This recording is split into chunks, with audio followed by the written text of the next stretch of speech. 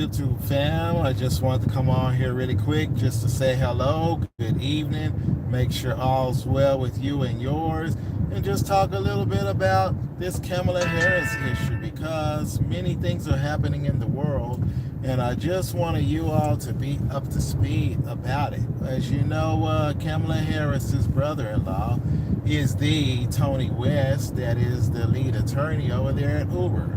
So I just wanted to come on and just talk just briefly. I don't know if you're voting Republican. I don't know if you're voting Republican. I don't know if you're voting Democrat. If you're just voting for people or issues. Just wanted to come on here really quick because we're living in a time and place where no matter what happens, things are getting crazy and crazy and crazy. And there's a big issue with Uber and Lyft and ride-sharing apps. And one of the people that helps Uber win the battles, especially since Joe Biden and Kamala Harris have been in the White House, is Tony West, which is an attorney. He's a lead attorney for Uber. He's also Vice President Kamala Harris's brother-in-law. She may become president of the U.S., she may not. But there's something you need to know. If she wins the presidency, all these lawsuits that Uber has had over the past 4 years against drivers, I believe it looks like they have won, but in actuality, they haven't. Because there are things behind the scenes. We know the past 4 years there have been a lot of illegal driver accounts on the Uber platform. There have been issues with illegal immigrants coming and working Walmart Spark and different apps. There have been people just committing frauds and different things on these various ride-sharing gig apps like Uber, Lyft, DoorDash, various ones. So many scams and schemes have gone on since Kamala Harris and Joe Biden have been in the White House. When Donald Trump was in the White House, we didn't seem to hear about as much. Yeah, there were some on there, but it wasn't as much. But now that these two, Kamala and her brother-in-law, Tony West, might be the head, she'll be the head possibly of the United States, and he'll be the head over there at Uber. I believe it's going to be a lot of stuff that Uber is going to be able to pull the wool over a lot of people's eyes. They'll be able to get by with a lot of the thefts, the frauds, the scams, the schemes that they have been committing over the past few years. I just want to throw a couple other things at you because if Trump and Vance, if they win, then you have the union and Project 2025 that have demands that they want on Donald Trump. And I believe for the sake of Uber, they really want Kamala to be the president of the U.S. And since Joe Biden has dropped out, they really wanted him. They don't really want Trump to be in there because many things he is going to implement that goes against their business model. I covered this in another issue, another episode about the mandate, but just let me go ahead and show you just a couple screenshots. And one thing, if Kamala does win,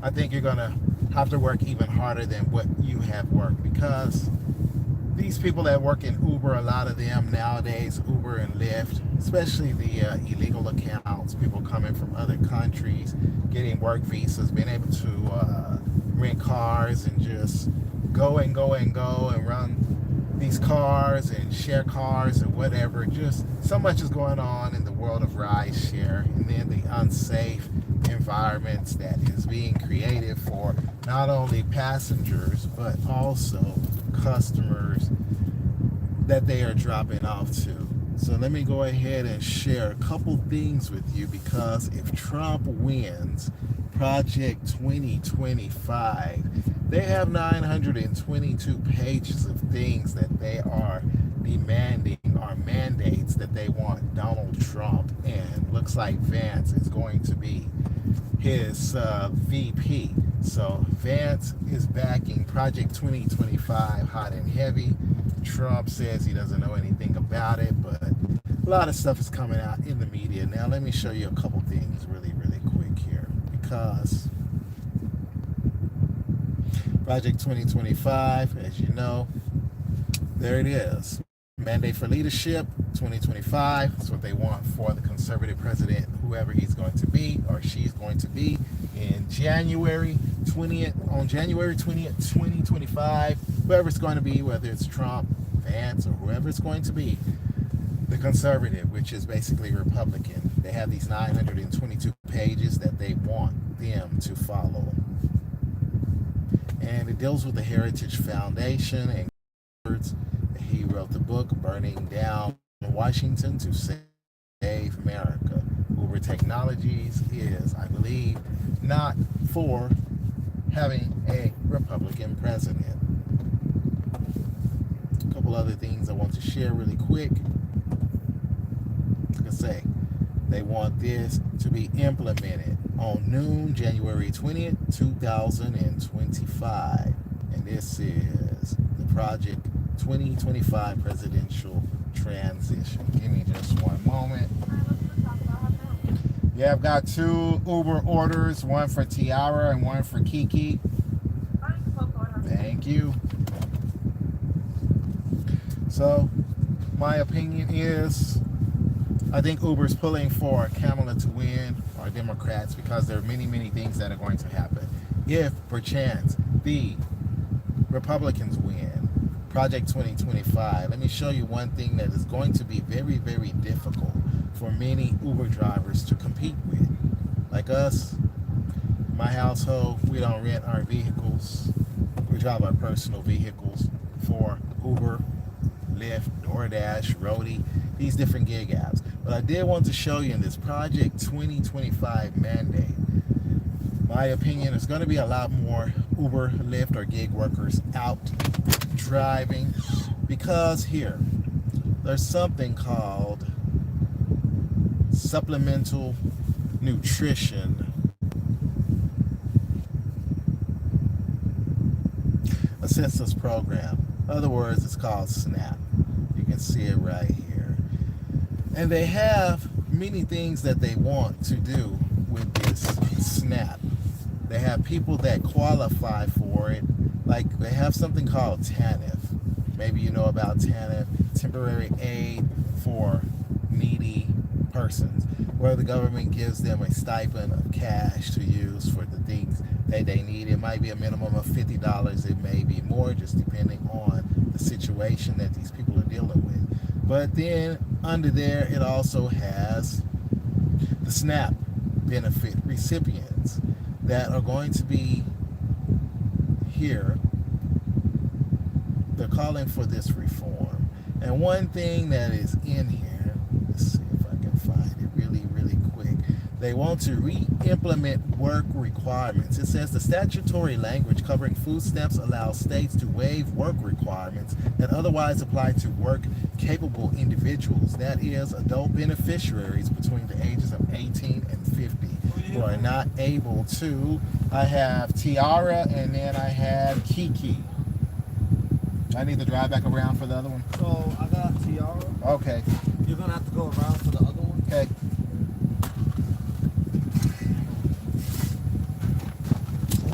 We're doing great. You are? You're doing great. Yep.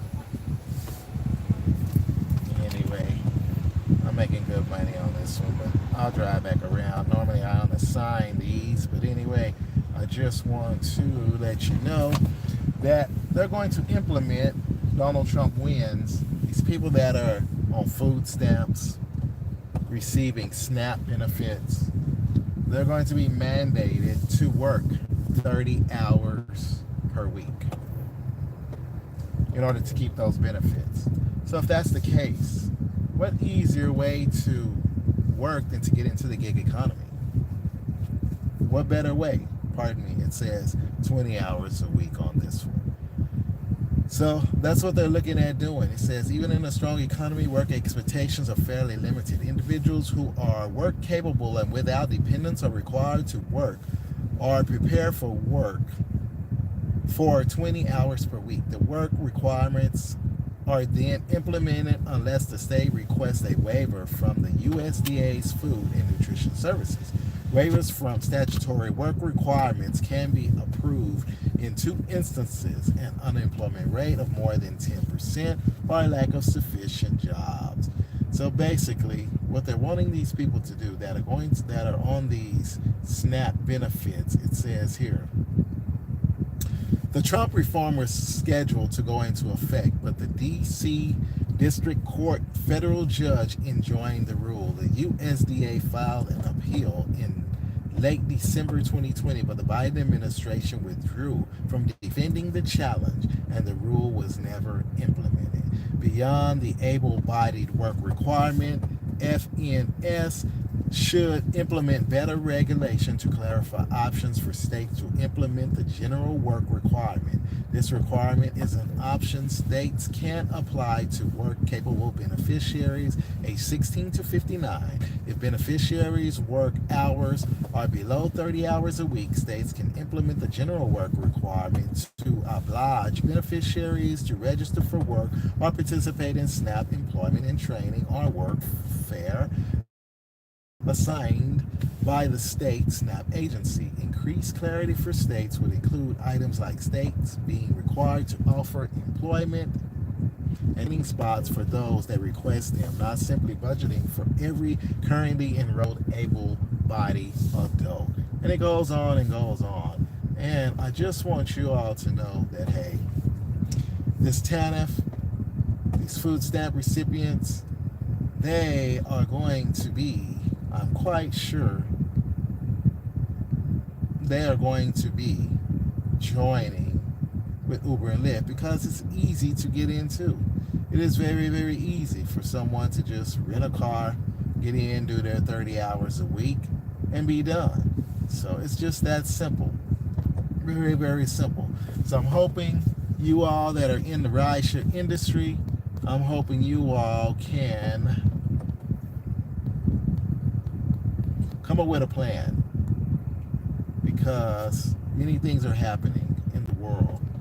This presidential election is going to be hot and heavy. It's already getting crazy.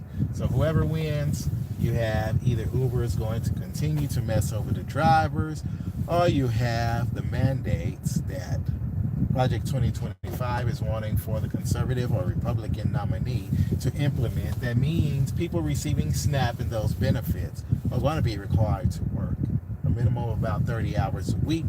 And if that is the case, do you have an exit strategy? Can you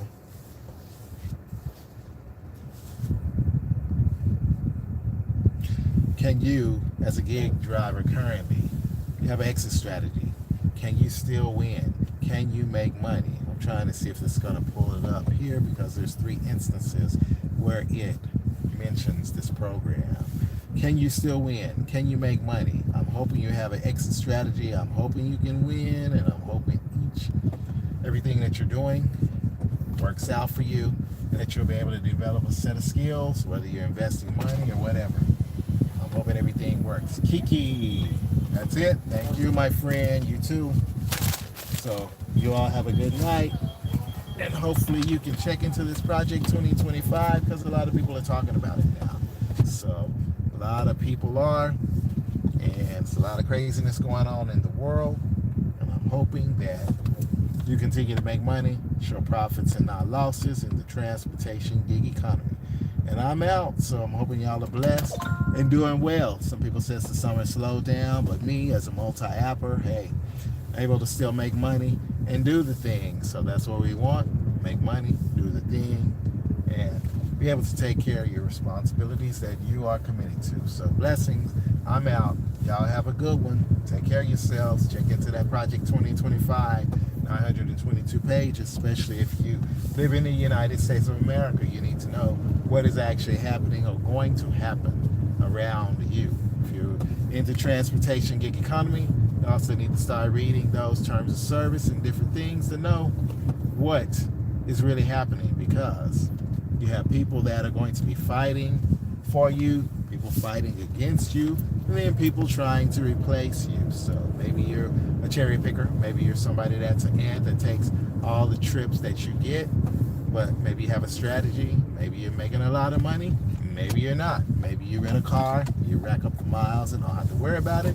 Or maybe you have your own vehicle, like one of my friends, a fellow YouTuber, his vehicle actually, the motor's gone on his, so it's going to cost him over $8,000 to get a new motor dropped in his vehicle. And he's been doing DoorDash for, I think 5 years. So anyway, 150,000 miles he racked on the vehicle and the engine's shot. So just take care of yourselves. Come up with a strategy. Learn to drive less miles. Make the same amount of money, even more. So that's what I do. Used to drive a lot of miles, 2,000 miles in a week. Now I cut my driving down, still able to make good money. So just be picky and choosy. Find your spot to work. Learn your market. Learn some different markets around you. Times a day when it's best to drive. So you can capitalize on saving your vehicle. So one Uber driver that I know on the rideshare guy channel, his name is Joe. He said he had his vehicle, I believe, for about 10 years he's been doing Uber. I think he had one vehicle for like 10 years. So he's driven like 100 and something, no, 200 and something thousand miles, I think is what he's put on in the 10 years that he has been doing Uber. So anyway, y'all take care of yourselves, be blessed, and we'll talk later. Y'all have a great night. Check into that Project 2025. So it's competitions getting hot and heavy, especially with all these people like in New York that can't go online because oversaturated.